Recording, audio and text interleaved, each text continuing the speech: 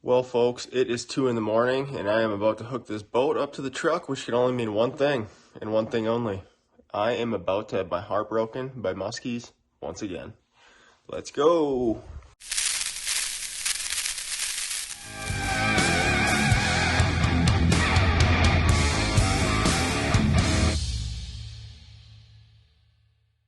What is going on, guys? Welcome to the channel and thanks for watching.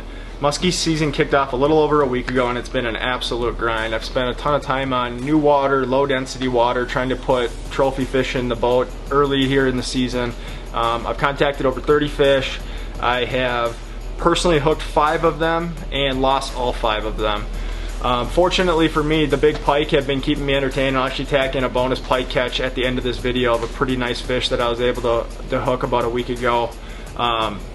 But in the meantime, the purpose of this video is really to kind of walk you guys through how I go about using the content and the film footage that I capture when I'm on the water to make myself a better angler. So some of you may recall I put out a new bait video, and one of the talking points in that video was that I wanted to leverage trolling as a new tactic and technique. I've been predominantly a caster my entire muskie career, and I wanted to really leverage trolling to try and give me another tool in the arsenal, if you will, to try and put fish in the bag when conditions are tough, and that could be bluebird conditions, flat calm, high sun, things of that nature. So let's walk through this whole sequence. I'll actually have you guys watch the whole sequence out, and then I'll go back and dissect and kind of give you the main lessons I learned from this particular event.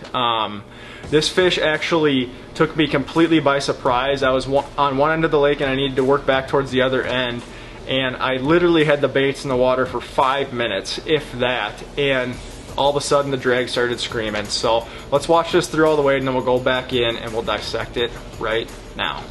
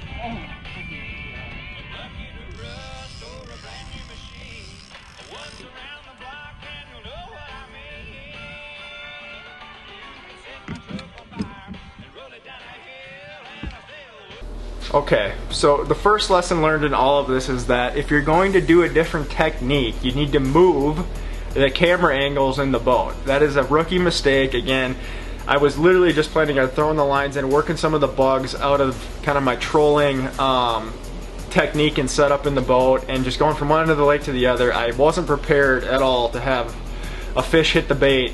So I didn't move the cameras around, and my tower camera actually glitched and I didn't actually capture any of that footage. So that's a little unfortunate, but had I turned this camera, you guys would actually be able to see this fish tail walk. Now, that's a great segue to, as we talk about moving the cameras around, because that exhibits confidence. And the second lesson I want to talk about is always expect to bite. Even when you are at the lowest of low confidence level, you need to always expect that that fish is going to hit. It's something I struggle with, especially when the days become really long. You're out in the sun for 14, 15 hours and there's been little to no action, maybe a follow here or there. You always need to be ready for that bite as long as your bait's in the water, and I clearly wasn't here, as demonstrated by the fact that I didn't move the camera angles and I was so completely caught by surprise, as you'll see in the next clip right here.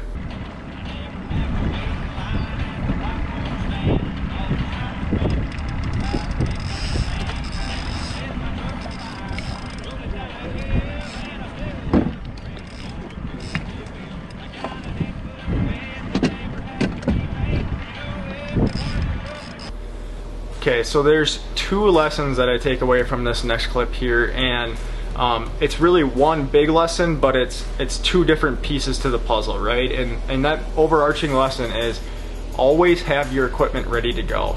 I was actually forward thinking, and you can't see it in the video, but I actually had the trolling motor down in the water pointed straight ahead, and my intention was, if I get a fish, I'm going to put it on 10 and on autopilot to keep that boat course corrected in the direction I wanted to go, because I'm solo fishing. I need to make sure that I'm being safe out on the water, right?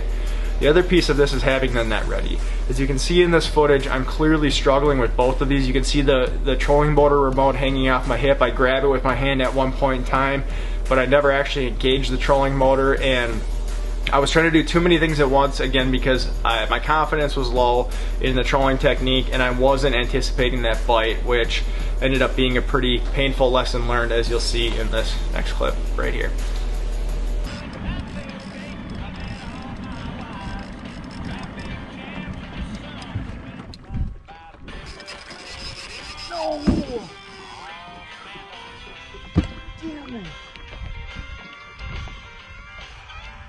So lesson number 5 after watching this clip back is actually to prioritize fighting the fish over everything else. I remember from our Eagle Lake footage last year and some of the trolling sequences we did that in the instances in which I didn't shut the motor of the boat off, it really took away from the audio quality in terms of hearing Victoria and I talk to one another. So I was prioritizing shutting the motor off and letting the trolling motor kind of guide me to get good audio quality and actually good videography over fighting the fish. And as a result of that, I put slack line and ultimately ended up losing this fish, unfortunately.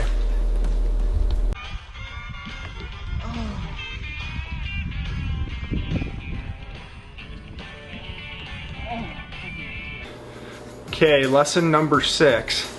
Always, always, always put a new battery in the head cam. This head cam would have been the best footage of this whole fight. You would have gotten to see this fish tail walk, the head shakes that went on that ultimately led to it throwing the bait. My camera literally died 5 minutes before as I was putting the trolling baits in the water, and I thought to myself, you know, I'm not going to contact the fish. I'll worry about putting a new battery in it once I get to the spot that I plan to cast after I kind of went through my trolling sequence. So always put that camera or that battery in that camera. And then, you know, to kind of conclude on all of this, while the loss is painful, I interacted with an active fish, and it was a good fish too. It had some serious length on it, and the important takeaway in all of this is that you can leverage the loss and the fact that I was able to interact with an active fish to try and dial in a pattern to maybe put more fish in the bag that day. I had every intention of casting. What I ended up doing was trolling for a few more hours to try and contact a fish that way. So leverage that loss to try and dial in the pattern, try and make yourself successful, I think is the key takeaway. So hopefully, in me kind of being human with you all and dissecting some of my own faults in this regard as a rookie troller, in a sense, for muskie, it's hopefully empowered at least one of you to go out there and try and film your own content to capture not only memories, but to try and make yourself a better angler. So that said, that's all I have in terms of lessons. Let's jump into one of the pike catches here from early on in this season, and we'll send you guys on your way. Thanks again for watching, everybody.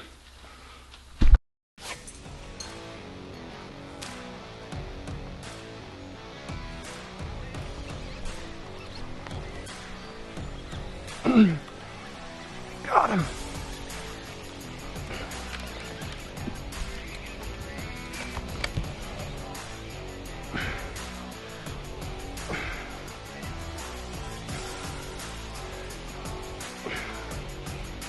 Oh, it's another giant pike.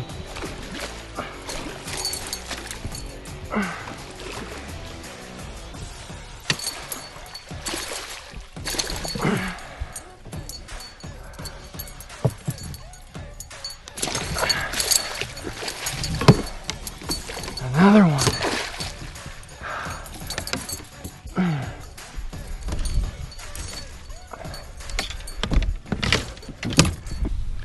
Well guys, I'm not exactly sure what's going on this year. I can't seem to keep the muskies hooked, but I'm on the big pike.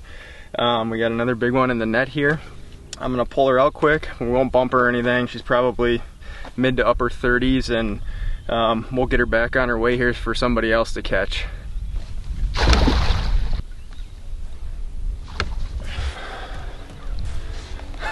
Look at that Dang. What a giant.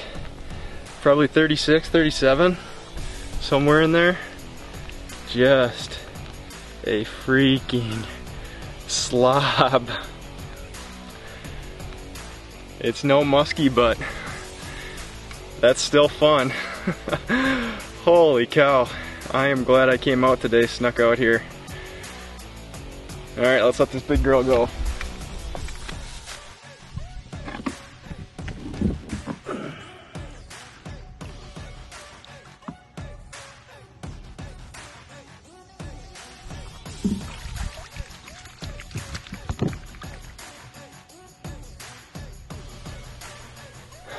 Awesome. Swam off good, swam off strong. We're gonna get back to casting because they're obviously biting, so we'll see if we can put a real muskie in the bag. Stay tuned.